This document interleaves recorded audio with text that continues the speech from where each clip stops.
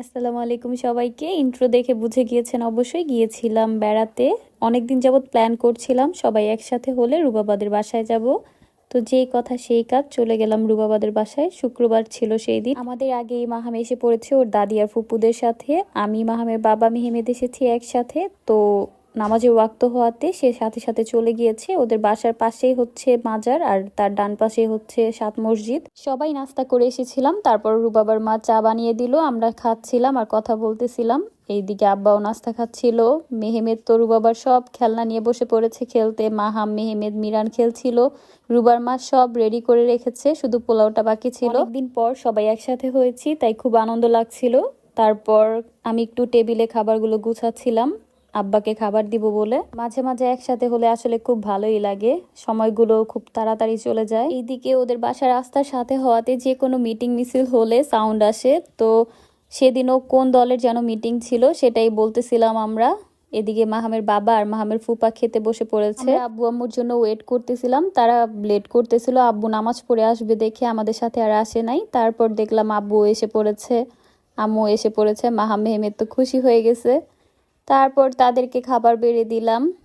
তারা খাওয়ার পরে আবার আমরা সবাই একসাথে খেতে বসেছি। হঠাৎ প্ল্যানগুলো খুব বেশি সাকসেস হয়, আর যদি প্ল্যান ওয়াইজ কিছু করতে যাই সেটাতে আনন্দও থাকে না, আর প্ল্যান ওয়াইজ কিছু হয়ও না। সবাই একসাথে খাওয়া দাওয়া করছিল, গল্প করছিল, সময়গুলো খুব ভালোই কাটছিল। তারপর আম্মুদের খাওয়া শেষ হওয়ার পর আমরাও বসে পড়লাম, খাচ্ছিলাম, গল্প করছিলাম। পেট ভরে খেয়েছি, আসলে খাবারগুলো খুব মজা হয়েছিল। খাওয়া দাওয়া শেষ করে গল্প গুজব করতে বসে পড়লো। আমরা একটু সেলফি নিয়ে ছাদে চলে গেলাম। ছাদে বাচ্চারা একটু প্লে করছিল, ভালোই লাগছিল। তারপর সন্ধ্যার সময় এত এত নাস্তা নিয়ে বসে পড়েছি, আবার একটা শেষ না হতে হতেই আবার আরেকটা। নাস্তাতে বসে সবাই প্ল্যান করলাম রুবাবাকে আজকে কানটা ফুটা করে দেখ। অনেকদিন যাবত বলতেছিল রুবাবাও কান ছিদ্রি করবে, তো হঠাৎ প্ল্যান করা হলো, রুবাবাও রাজি হয়ে গেল।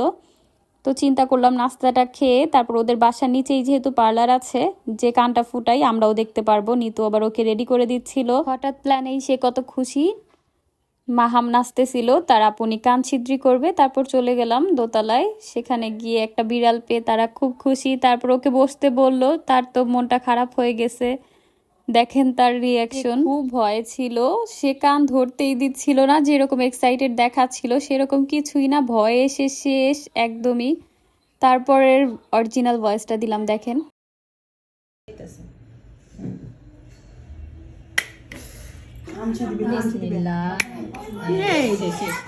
সে খুব ভয় পেয়েছে, ভয়ে তো তার মুখ শুকিয়ে গেছে। মাশাল্লাহ, তাকে অনেক সুন্দর লাগছিল। আসলে আজকে আমরাও খুব বেশি খুশি হয়ে গিয়েছি, হঠাৎ প্ল্যান করে কত কিছুই হয়ে গেল। তারপর আমরা একটু ওয়ালটনে গেলাম, ফ্রিজ কিনবে দেখতে গেছে।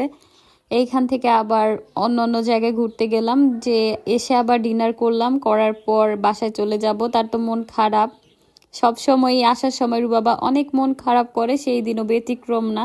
আমরা সবাই তাকে টাটা বাই বাই আল্লাহ হাফিজ করে বাসায় চলে আসলাম।